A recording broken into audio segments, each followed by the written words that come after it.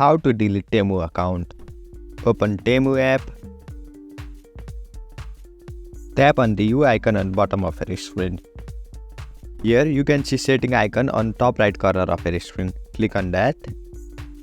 Now click on account security on top of your screen. Here you can see delete your Temu account on bottom of your screen. So click on that. Now click on I want to permanently delete my Temu account and then continue. Again click on yes, I want to delete my account.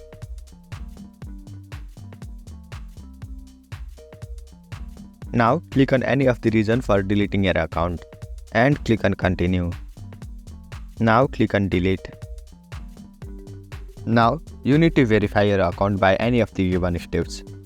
Here I am using my email verification code to verify my identity. Now Temu will send you 6-digit verification code to verify your account. So simply open your Gmail, open the mail from Temu, copy the 6-digit verification code and paste it on your Temu app.